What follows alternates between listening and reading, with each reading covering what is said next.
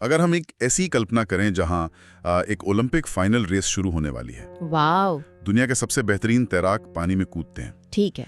और कूदते ही ना अचानक एक तैराक के स्विमिंग गॉगल्स टूट जाते हैं। ओ मतलब उनमें पानी भर जाता है, हाँ राइट? बिल्कुल, उनमें पानी भर जाता है और दुनिया के सबसे बड़े और सबसे प्रेशर वाले स्पोर्ट्स इवेंट में अब वो तैराक पूरी तरह से अंधा हो चुका है। ये तो किसी के लिए भी पैनिक करने वाली स्थिति है। एग्जैक्टली आमतौर पर ऐसी स्थिति में कोई भी पैनिक कर जाएगा या रास्ता भटक जाएगा और रेस हार जाएगा।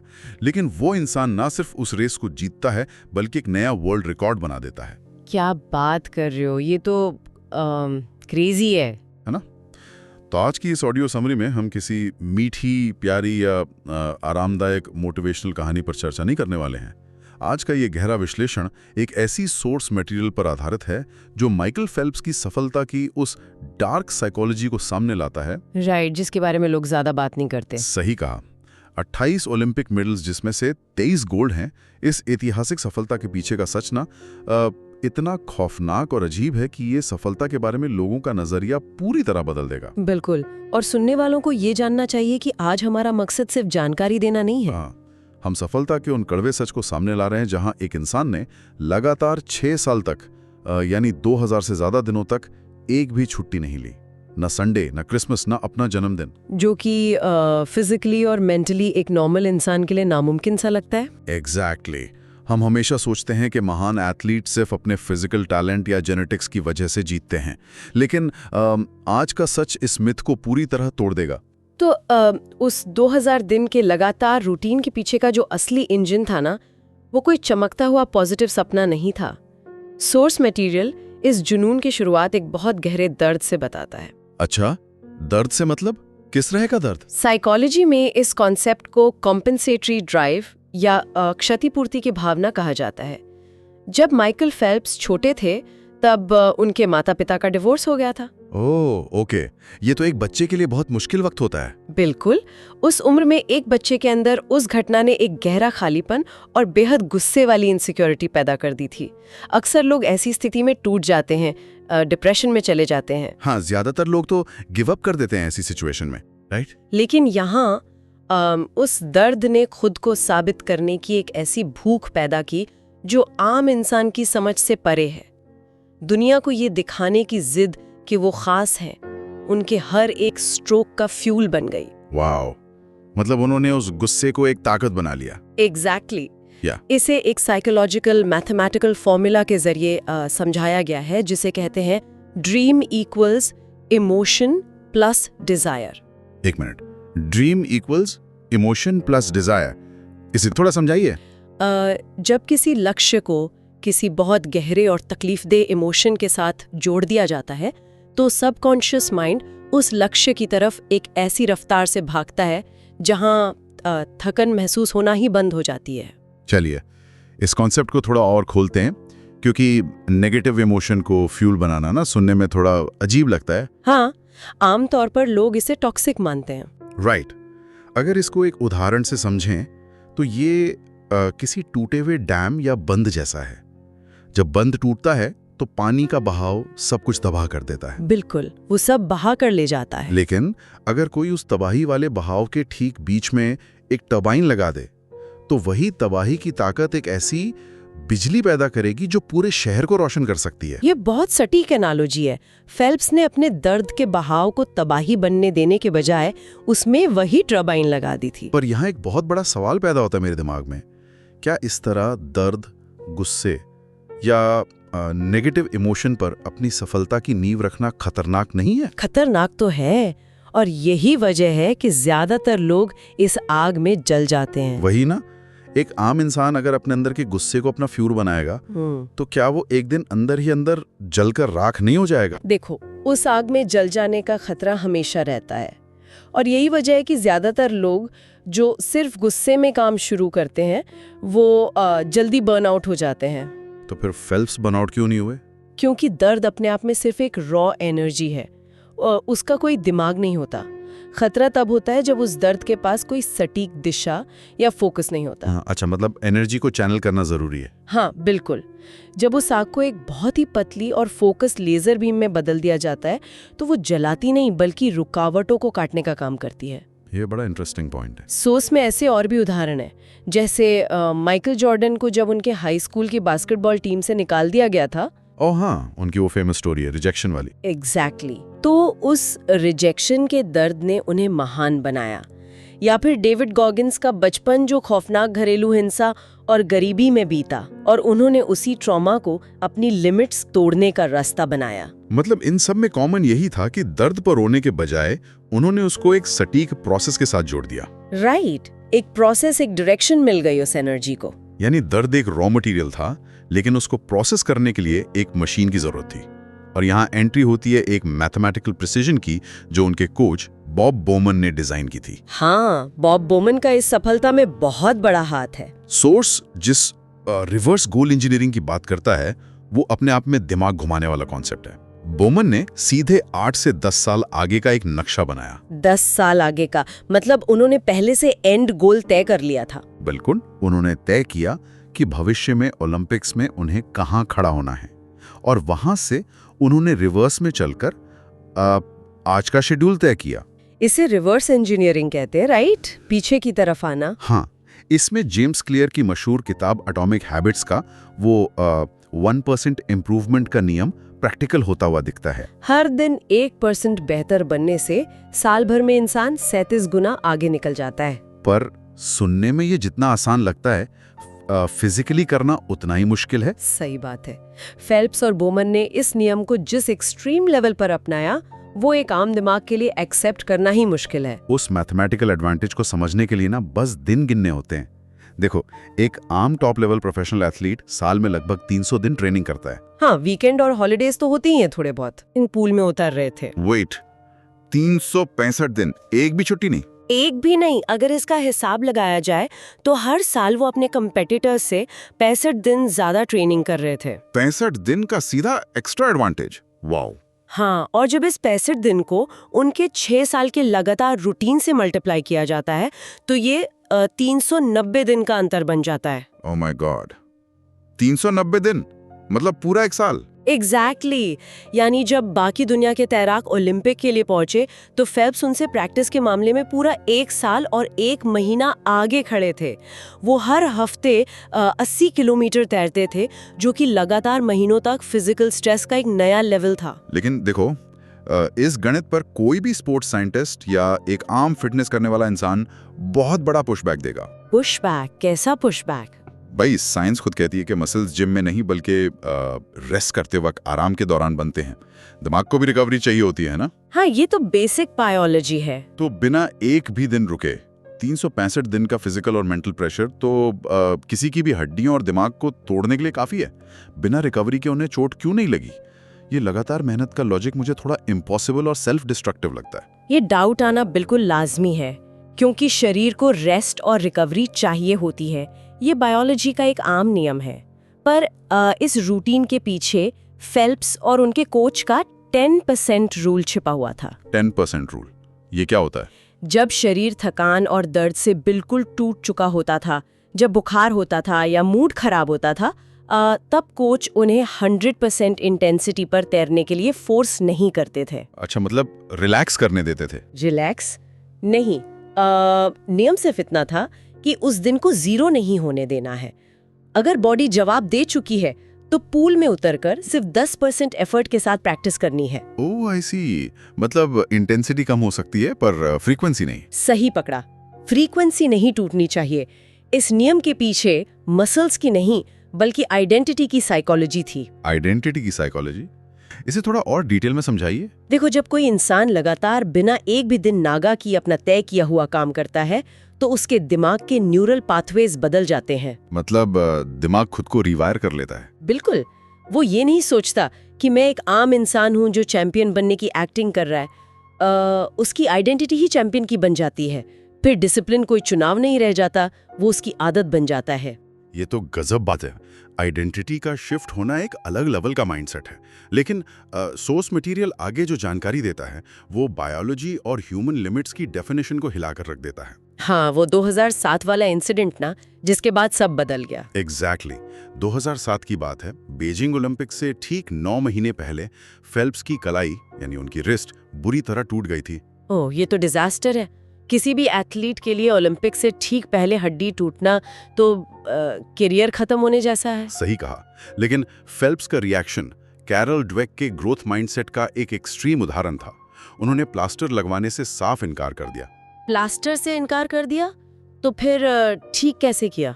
उन्होंने उसकी जगह सर्जरी चुन ली और उसके अगले ही दिन वो स्टेशनरी बाइक पर पसीना बहा रहे थे। अगले ही दिन?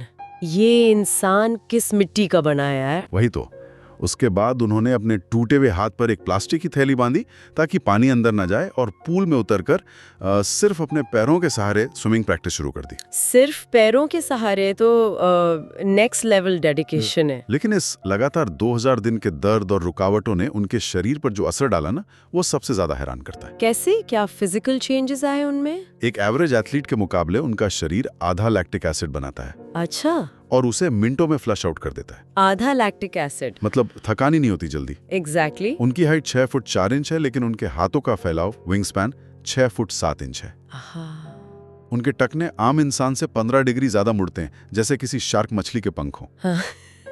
ये डिटेल्स सुनकर ना रोंगटे खड़े हो जाते हैं। अगर इस पर एक एनालॉजी लगाई जाए तो ये बिल्कुल वैसा लगता है जैसे किसी कंप्यूटर के सॉफ्टवेयर को इतना ज्यादा ओवरलोड कर दिया जाए, उसको ऐसी स्थिति में पुश कर दिया जाए कि उसका फिजिकल हार्डवेयर अपने आप उस सॉफ्टवेयर का लोड उठाने के लिए अपग्रेड हो जाए। हार्डवेयर और सॉफ्टवेयर की ये एनालॉजी इस पूरे बायोलॉजिकल प्रोसेस को एकदम सही तरह से समझाती है यार। वही ना। मेरा सवाल है कि क्या लगातार उस फिजिकल स्ट्रेस ने सच में उनकी बायोलॉजी को एक म्यूटेंट में बदल दिया था? आमतौर पर ना लोग मान लेते हैं कि ये सब सिर्फ अच्छे जेनेटिक्स का कमाल है, वो पैदा ही ऐसे हुए थे। हाँ, लोग अक्सर यही बोलते हैं कि उन्हें तो नेचुरल एडवांटेज मिला है। लेकिन स्पोर्ट्स साइंस इसमें एक और फैक्टर देखता है, और वो है ह्यूमन बॉडी की एक्सट्रीम एडेप्टेशन की क्षमता। जब शरीर पर लगातार सालों तक एक खास तरह का दबाव डाला जाता है तो बॉडी सर्वाइवल मोड में चली जाती है। अच्छा, तो मतलब शरीर को लगता है कि जिंदा रहने के लिए बदलना पड़ेगा। एग्जैक्टली। लैक्टिक एसिड वो केमिकल है जो तब बनता है जब हमारी मसल्स को ऑक्सीजन कम मिलती है, और यही केमिकल मसल्स में जलन और दर्द पैदा करता है, जिससे इंसान रुकने पर मजबूर हो जाता है। जो आम लोगों को जिम के बाद वाला दर्द होता है वो इसी की वजह से होता है ना? हाँ, वही लैक्टिक एसिड। फेल्प्स के लगातार हर हफ्ते 80 किलोमीटर पानी को काटने की वजह से उनकी मसल्स ने एक ऐसा सिस्टम डेवलप कर लिया जो लैक्टिक एसिड को बनने से पहले ही एनर्जी में कन्वर्ट करके फ्लश आउट कर देता था। वाह, मतलब वो अपने ही थकान के केमिकल को एनर्जी बना लेते थे। ये तो मैजिक लगता है। और हड्डी और तखनों का 15 डिग्री ज्यादा मुड़ना भी कांस्टेंट स्ट्रेचिंग और एक्सट्रीम रेजिस्टेंस का ही नतीजा था। ये सिर्फ किस्मत नहीं थी, ये सालों तक अपने शरीर को उस स्थिति में रखने का बायोलॉजिकल म्यूटेशन था, जहां शरीर के पास उस नए शेप में ढलने के अलावा कोई और रास्ता ही नहीं बचा था। ये सिलसिला दिमाग को इस हद तक खोल देता है कि हमारे शरीर का आकार और उसकी केमिस्ट्री हमारे चुनाव के हिसाब से वक्त के साथ बदल सकती है। सही बात है। लेकिन एक पॉइंट पर आकर बॉडी को पुश करने की भी एक लिमिट होती है। एक पॉइंट के बाद मसल्स और हड्डियां और ज्यादा अपग्रेड नहीं हो सकती ना? हाँ, फिजिकल बायोलॉजी की एक हार्ड लिमिट तो होती है। उस एक्सट्रीम फिजिकल लिमिट तक पहुंचने के बाद ना सोर्स हमें उस इलाके में ले जाता है जहां असंभव को संभव बनाया जाता है। मेरा मतलब है न्यूरोसाइंस। न्यूरोसाइंस, ओ, यहां से कहानी सच में गहरी हो जाती है। और यहां जिक्र आता है माइक्रो विजुअलाइजेशन का और द विनर इफेक्ट का। ये जानना अपने आप में हैरत अंगेज है कि कैसे रात को सोने से पहले दिमाग में पूरी रेस की कल्पना करने से शरीर की केमिस्ट्री बदल जाती थी। देखो, विजुअलाइजेशन कोई नया कॉन्सेप्ट नहीं है, ज्यादातर एथलीट्स ये करते हैं, लेकिन फेल्प्स इसको जिस साइंटिफिक तरीके से करते थे वो द विनर इफेक्ट पैदा करता था। ये द विनर इफेक्ट क्या है एग्जैक्टली? इसे थोड़ा सिंपल टर्म्स में बताइए।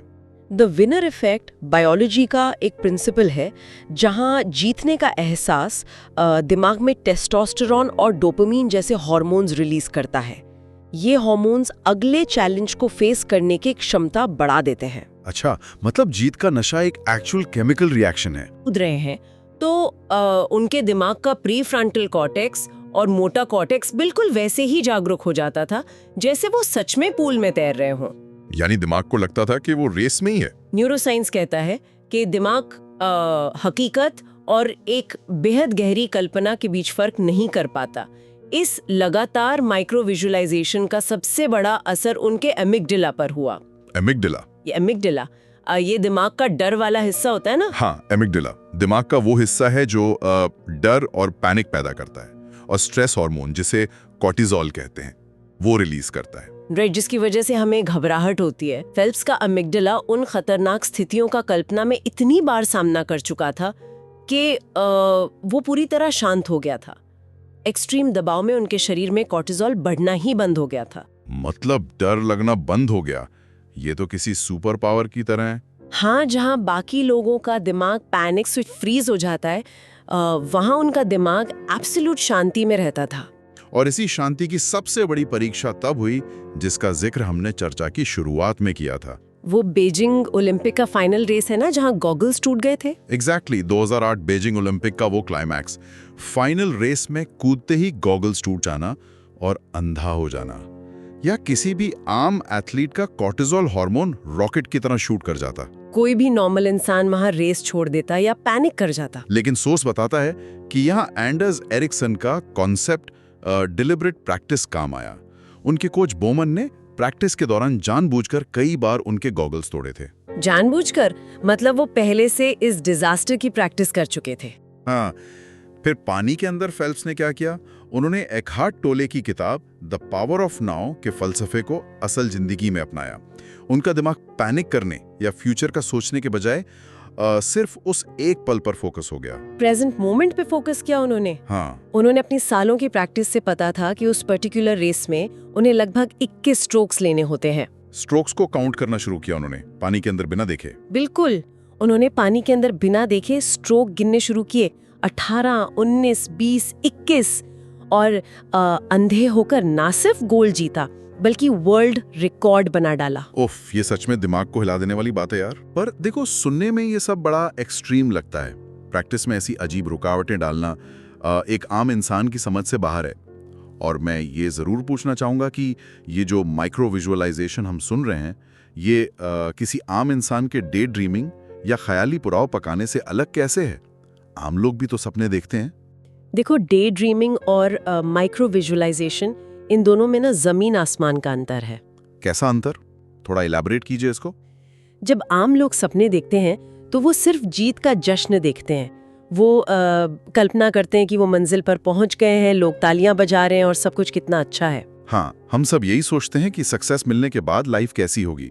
लेकिन एक रूथलेस चैंपियन जब कल्पना करता है तो वो जीत की नहीं बल्कि रास्ते में आने वाले दर्द और तबाही की कल्पना करता है। तबाही की कल्पना मतलब खुद को मुश्किल में डालने के बारे में सोचना। एग्जैक्टली। वो अपने दिमाग में देखता है कि जब आखिरी लैप में उसकी मसल्स आग की तरह जल रही होंगी, तब वो उस दर्द पर कैसे रिएक्ट करेगा। अगर अचानक पानी गॉगल्स में चला गया तो उसका रिएक्शन क्या होगा। वाओ, यानी चैंपियन सफलता के लिए नहीं बल्कि बुरे से बुरे वक्त के लिए तैयारी करते हैं। बिल्कुल सही पकड़ा आपने। कोच का प्रैक्टिस में गॉगल्स तोड़ देना दिमाग को ये सिखाना था कि तबाही कोई सरप्राइज नहीं है, ये तो बस रूटीन का एक हिस्सा है। यानी अपने ही दिमाग के साथ शतरंज का एक ऐसा खेल खेलना जहां खुद को जानबूझकर हर उस मुसीबत में डाल दिया जाए जो आगे चलकर रास्ता रोक सकती है। और वही प्रैक्टिस असली मुसीबत आने पर उनको शांत रखती थी। ये सच में दिमाग को झकझोर देने वाली बात है।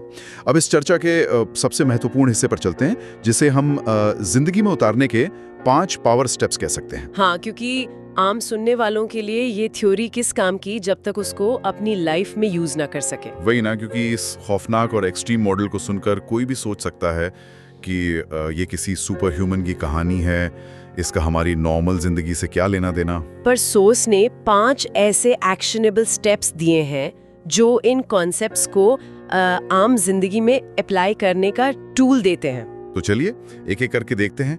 सबसे पहला स्टेप है the no zero days rule. एक ऐसा काम तय करना जो नॉन नेगोशिएबल हो, जैसे हर दिन करना ही है, चाहे दिन कैसा भी बीते। ये वही 10% रूल है जिससे आम जिंदगी में लाए जाने की बात हो रही है। सही बात है। फिर दूसरा स्टेप है क्रिएट योर पेन पोर्टफोलियो, मतलब अपने पुराने दर्द को कलेक्ट करना। हाँ, इसका मतलब है कि इंसान अपने पुराने दर्द, किसी के द्वारा किए गए अपमान या किसी बड़े रिजेक्शन को एक प्री वर्कआउट की तरह इस्तेमाल करें। अपने जख्म को एक ऐसी रॉ एनर्जी में बदलना जो आपको आगे बढ़ने का फ्यूल दे। लेकिन एक मिनट, ये नो जीरो डे सुनने में अच्छा लगता है, पर हकीकत में बड़ा मुश्किल है। अगर किसी को 104 डिग्री बुखार है या उसके घर में कोई बड़ी परेशानी चल रही है, तो वो काम कैसे करेगा? बुखार में नो जीरो डे का मतलब ये नहीं कि कोई ऑफिस जाकर 10 घंटे काम करे। तो फिर क्या मतलब है? अगर हिम्मत ही नहीं है तो इंसान क्या करे? देखो, अगर एक स्टूडेंट को रोज 10 पेज पढ़ने की आदत है और वो बीमार है, तो जीरो पर रुकने के बजाय सिर्फ 1 पेज पढ़ लेना उस दिन को जीरो होने से बचा लेता है। अच्छा, मतलब थोड़ा सही पर करना जरूरी है। एग्जैक्टली ये 10% एफर्ट शरीर के लिए नहीं बल्कि आइडेंटिटी को जिंदा रखने के लिए है कि मैं वो इंसान नहीं हूँ जो हालात के आगे हार मान लूं। ये बहुत डीप पॉइंट है। और जहां तक पेन पोर्टफोलियो का सवाल है, ये किसी आम 9 to 5 जॉब करने वाले के लिए कैसे काम आएगा? क्या वो अपने बॉस की डांट को एक डायरी में लिखकर रखे? हाँ, एक तरह से बिल्कुल। अगर किसी को ऑफिस में किसी प्रोजेक्ट से बाहर निकाल दिया गया है, तो उस अपमान को डिप्रेस होने का कारण बनाने के बजाय उस गुस्से को एक नए स्किल सीखने की एनर्जी में कन्वर्ट करना ही इसका मकसद है। ये प्रैक्टिकल अप्रोच वाकई चीजों को आसान बनाती है। तीसरा स्टेप और भी दिलचस्प है, जिसका नाम है द ब्रोकन गॉगल्स प्रोटोकॉल। अपने रोजमर्रा के काम में जानबूझकर रुकावटें पैदा करना, राइट? बिल्कुल। उदाहरण के लिए, अगर किसी को प्रेजेंटेशन देनी है, तो वो जानबूझकर शोर शराबे वाले कैफे में बैठकर उसकी प्रैक्टिस करें, ताकि आवाज के बीच भी उसका फोकस ना टूटे। या नोट्स के बिना बोलने की कोशिश करें, ताकि जब असली मीटिंग में कोई टेक्निकल ग्लिच आए या लैपटॉप बंद हो जाए तो उसका दिमाग पैनिक ना करे। ये आदत किसी को भी क्राइसिस के वक्त शांत रहना सिखा सकती है। फिर चौथा स्टेप है माइक्रो विजुअलाइजेशन। जैसा हमने बात की, सिर्फ प्रमोशन मिलने की कल्पना ना करके ये कल्पना करना कि एक गुस्से वाले क्लाइंट या मुश्किल सवालों का सामना शांति से कैसे किया जाएगा। क्योंकि असलियत में तो चीजें गलत होंगी ही, और जब होंगी तब आपका रिएक्शन ही सब कुछ तय करेगा। और पांचवा आखिरी स्टेप है द 5 मिनट रिवर्स चेक। हर रात सोने से पहले सिर्फ 5 मिनट निकालकर खुद के आज के फैसलों को देखना और ये पूछना कि क्या आज किए गए छोटे छोटे काम 5 साल बाद वाले उस मुकम्मल नक्शे या गोल के करीब ले जा रहे हैं या नहीं। तो इन सब स्टेप्स का आखिर मुकम्मल निचोड़ क्या है? देखिए, ये 5 स्टेप्स कोई मीठी मोटिवेशन का डोज नहीं है। ये किसी भी आम इंसान के अंदर एक रूथलेस परफॉर्मर का नया ऑपरेटिंग सिस्टम इंस्टॉल करने का रास्ता है। और इस सिस्टम को रोकने वाला वायरस बाहर से नहीं आता, बल्कि हमारा अपना आराम, हमारा कंफर्ट जोन ही सबसे बड़ी रुकावट होता है। बिल्कुल। बाहर की सिचुएशन तो हैंडल हो जाती हैं, अपना आराम ही सबसे बड़ा दुश्मन बन जाता है कभी कभी। ये ऑपरेटिंग सिस्टम का जो पर्सपेक्टिव है ना, ये सबसे सटीक है।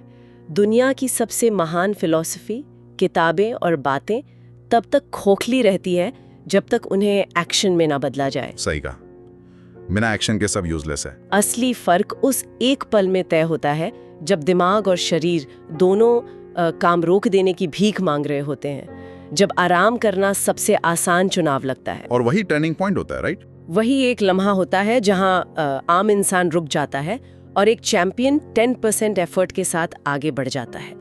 बिना उस एक्सट्रीम एक्शन के सपने सिर्फ सपने ही रह जाते हैं। इस पूरे गहरे विश्लेषण को समेटते हुए ये साफ हो जाता है कि सफलता किसी अचानक से चमकने वाले जादू का नाम नहीं है। ये लगातार लिए गए उन छोटे छोटे तकलीफदेह फैसलों का एक लंबा नतीजा है। ये अपने ही कंफर्ट जोन के खिलाफ लगातार की गई एक ऐसी जंग है जहां जीत किसी एक दिन नहीं मिलती, बल्कि हर दिन उन छोटे मोमेंट्स में कमाई जाती है जब इंसान रुकने से इनकार कर देता है। और इसके साथ ही आज के इस ऑडियो समरी और डिटेल डिस्कशन को खत्म करने से पहले सुनने वालों के लिए एक नया सोचने पर मजबूर करने वाला विचार यहाँ छोड़कर जाना बहुत जरूरी है। कैसा विचार? मैं खुद जानने के लिए उत्सुक हूँ। इस सवाल पर ना अकेले में जरूर गौर करना चाहिए। अगर 6 साल तक लगातार मेहनत करने से और दर्द को झेलने से किसी इंसान के शरीर का आकार और उसके दिमाग की पूरी बायोलॉजी फिजिकली बदल सकती है, मेरा मतलब है हार्डवेयर अपग्रेड हो सकता है। हाँ, जैसा हमने फेल्प्स के केस में देखा। तो सोचिए, रोज आराम चुनने की, चीजों को कल पर टालने की और थोड़ी सी तकलीफ होने पर रोक जाने की जो आदत हमने पाल रखी है, वो इस वक्त हमारे दिमाग और शरीर को फिजिकली किस दिशा में बदल रही होगी। ये तो सच में बहुत खौफनाक ख्याल है कि आराम भी एक तरह से हमें चेंज कर रहा है। क्या हमारा आराम और हमारी सुविधाएं ही हमें अंदर से कमजोर प्रोग्राम नहीं कर रही? क्या वो हमारी बायोलॉजी को सर्वाइवल के बजाय फ्रेजाइलिटी सिखा रही हैं? इस खौफनाक लेकिन ज़रूरी सवाल के साथ इस चर्चा का यहाँ अंत करते हैं। सही चुनाव करते रहिए और कोशिश कीजिए कि अपने दर्द को अपनी तबाही नहीं बल्कि अपनी ताकत का ईंधन बनाएं।